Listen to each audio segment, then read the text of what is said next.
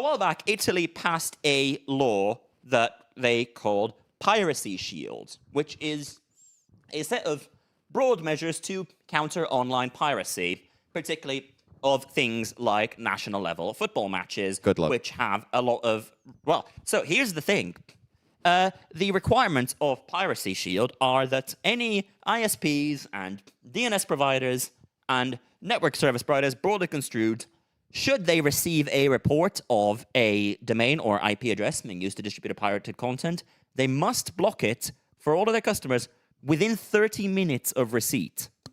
Now, what will you not be able to do within 30 minutes of receiving a report like that? Properly vet and review a report. Yep, which is how on several occasions the Piracy Shield blocks have ended up blocking things like Google Drive because it happened to share an IP address with something that was allegedly copyrighted content.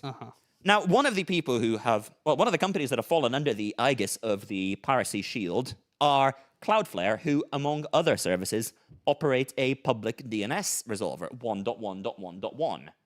This is one of their biggest customer-facing consumer-facing products.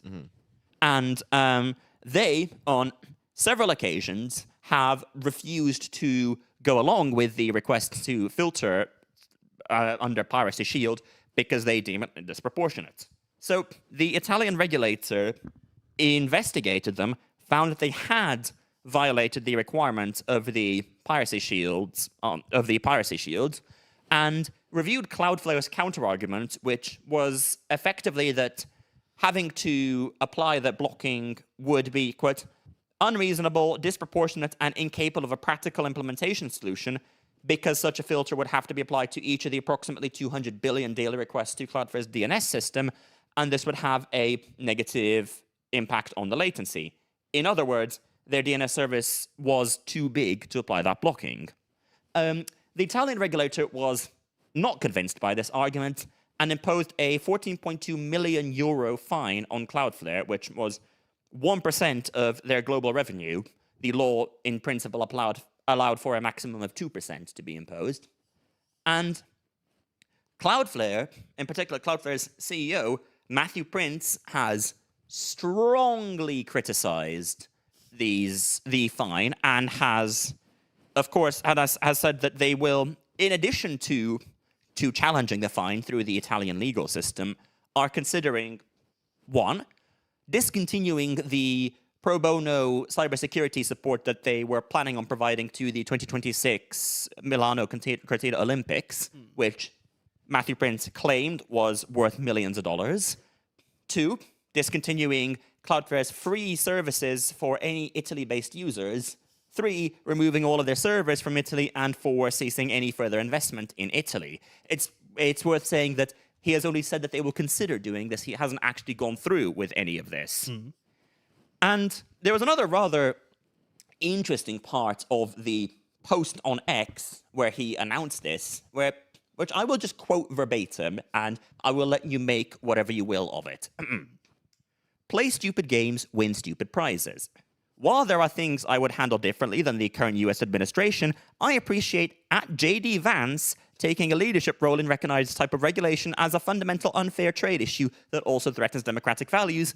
And in this case, at Elon Musk is right. Hashtag free speech is critical under attack from an out-of-touch cabal of very disturbed European policymakers. Now, You know you're in the wrong when you're using the words Elon Musk is right in the year of our Lord 2026. well, here's the thing, though. I can see the point that he's making, because I have very strong opinions on J.D. Vance, both as a person and a politician. But I can see where Matthew Prince is coming from in his belief that a country's regulatory body should not be able to impose measures as draconian as you must block any suspected piracy within 30 minutes of being notified of it before you've had the time to properly investigate it. I can understand that. On the other hand, however, is this not just an American company saying to the Italian government, fuck you, we won't comply with your laws, and if you try to enforce them, we will just not comply. I guess the opposition to that question is, like they said, they'll consider moving out of Italy.